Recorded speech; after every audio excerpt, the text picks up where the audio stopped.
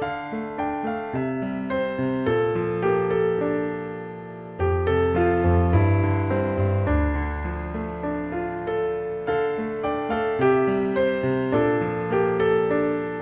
Legend of Catasis Velon and the Caemarie.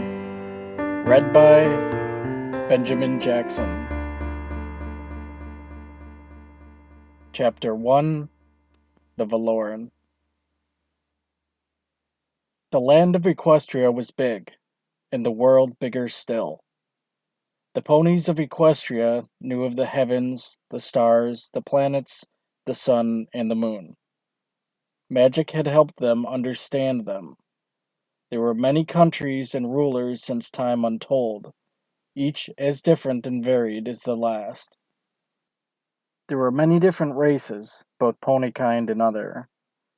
The world of ponies was beautiful and colorful.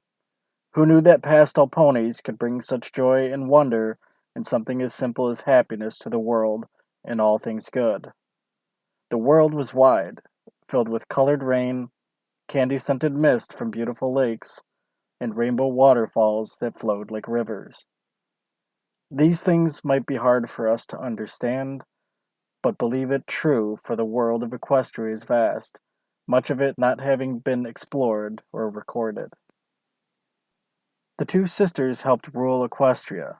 In days long ago past, they were imbued with the power and responsibility to raise the sun and lower the moon for all throughout the land by the old ones when the princesses were young. Princess Celestia, the elder, was tasked with raising and lowering the sun with her magic. More on that in a moment. She was as beautiful as a sun ray shining through a drop of morning dew in the summer field on a late August day, and adored by all the ponies throughout the land. She was of the day and the light, and bore a cutie mark of the sun upon her flank. The other, the younger, was the ruler of the night. Her realm was that of dreams and of darkness when most other ponies slept. Her task was to raise and lower the moon in the sun shadow of her sister. But soon a jealousy would arise. Luna, the princess of the night, who bore the mark of the moon upon her flank, desired to be loved and adored by the ponies throughout the land of Equestria the same as her sister. But wishing does not make it so. Desire alone could not change an ever resentful heart. The light from the sun reflected off the moon many thousands of miles away, and even shined down upon the ponies at night, so that no pony would have to sleep in complete darkness alone. It was the truth and the light. Princess Luna should have felt loved, for her subjects did love her, and the sun from her older sister bathed them in the never-ending light. But she did not feel so. The light from the moon was still light, and that was enough to plant the seeds of jealousy and stir the cauldron of envy she felt deep within her for her adored sister. The disdain and resentment would take hold, and it would consume her. The younger sister soon became enraged as she could no longer contain contempt, and in the grip of madness turned into another princess who was not herself, Nightmare Moon. The evil had taken her, and after much tribulation and divide, the elder banished her younger sister to the moon for 1,000 years to sleep as punishment and penance for her actions. Her younger sister's fit of jealousy, indifference, and rage had almost divided the kingdom in two. Princess Luna was not an evil sister, for her love for her elder was true, and her unhappiness could be sympathized and empathized with. She was not a hated sister, she was not a bad sister, and she was not a hated princess. She was only a misguided one. When Luna returned from her 1,000-year sleep, the younger had burst into tears at the sight of her beloved sister and fell to her knees before her and begged forgiveness. It was at that moment she knew the error of her misdeeds. They reconciled, all was forgiven, and together they ruled all of Equestria. Ponies were old, and their time was different. Ponies could be thousands of years old. The land was big, but not so big that they weren't aware of the places that it contained. The world was still in the early years as no map maker had fully put quill to paper. For example, the world that contained Equestria had very high mountains that were very steep, because the gravity was lower. Of course it was. Ponies could fly. If the planet were more massive, the mountains would collapse under their own weight, and they wouldn't be able to form so high or so steeply on the terraces. There were good creatures, evil creatures, and many lands undiscovered. The number of officially recognized countries was unknown. There were good rulers and bad. There were mythical beings of old that lived on the land, in the land, in the clouds, and in the sea. They were magical, and magic was in them. But not all of them worked for the power of good. These lands had great leaders that rose and fell over time, and sometimes wars were fought over the differences in opinion and to establish those borders. The magic of the world was not fully understood, even by those that possessed it. It was part natural, part nature, and part biologic. For example, why did unicorns possess it directly and earth ponies did not?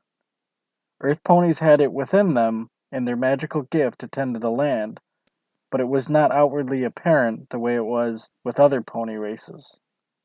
Why could unicorns study and perform it while Pegasi only had it in their wings and hooves? Some had a gift to further hone their magic and study it for their entire lives and go on to become powerful wizards and mages, but not all. Very few studied it as a lifelong discipline for centuries, like Starswirl the Bearded. Most of the unicorns lived boring everyday lives, still using the magic they had learned while they were young to levitate things here and there, open doors and windows, pour hot tea, and the like. But why did Pegasus ponies have it? They rarely studied it, but they still had it contained within their wings and their hooves. Pegasi were able to walk on clouds and alter the weather. In fact, they could make entire buildings stable from clouds. Wasn't the great city of Cloudsdale made of clouds? These things didn't take any conscious, magical study. It just simply was. And it wasn't just ponies that had and could control it. Many mythical and magical creatures had it, both sentient and non. But it was the sentient that studied and nurtured it well. But only they did it for much darker and sinister purposes. A pony's true magic lie in their cutie mark, a mark on their flank that appeared in young fillyhood that signified a special talent that every pony was gifted with. Earth ponies had a knack for farming and tending to the earth, trading frequently with other races. Unicorns provided magic to melt snow or help with festivities freely, and the Pegasi were always vigilant about the weather, although they could not always control it at will. Mother Nature will be Mother Nature after all. And now we come to the alicorns, the rarest of all ponies. With the body of a horse, the wings of an eagle, and the magical horn of a unicorn. They were extraordinarily powerful, and so became the rulers of the land. The wings sometimes manifested from some great achievement or natural birthright, or perhaps some leaders are born natural. But this was extremely rare.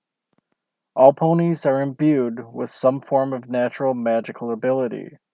Some of the magic was learned, like the magic of unicorns, through study and facilitated through their magical horn, which had magical properties. And other magic, like the magic of Pegasi and their beloved wings, or sparkling in their magical hooves, who walked among the clouds, was natural. Starswirl the Bearded had both. Sometimes ponies had a secondary talent or trait, something that went along the lines of their nature and personality. That's just the way magic worked in the world of Equestria. And alicorns, half unicorn, half Pegasus princesses, were of royal blood, were the rarest in all the land.